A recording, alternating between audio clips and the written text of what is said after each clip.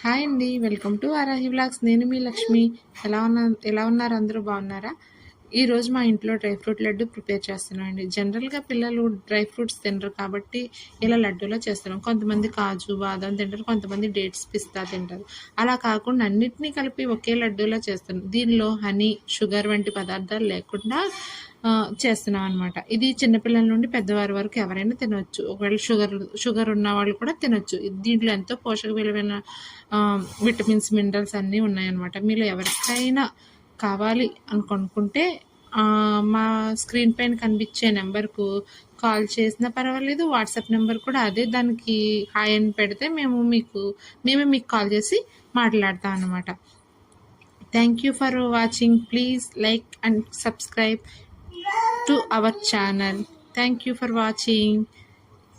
మీకు ఈ వీడియో నచ్చినట్లయితే కామెంట్ చేయండి.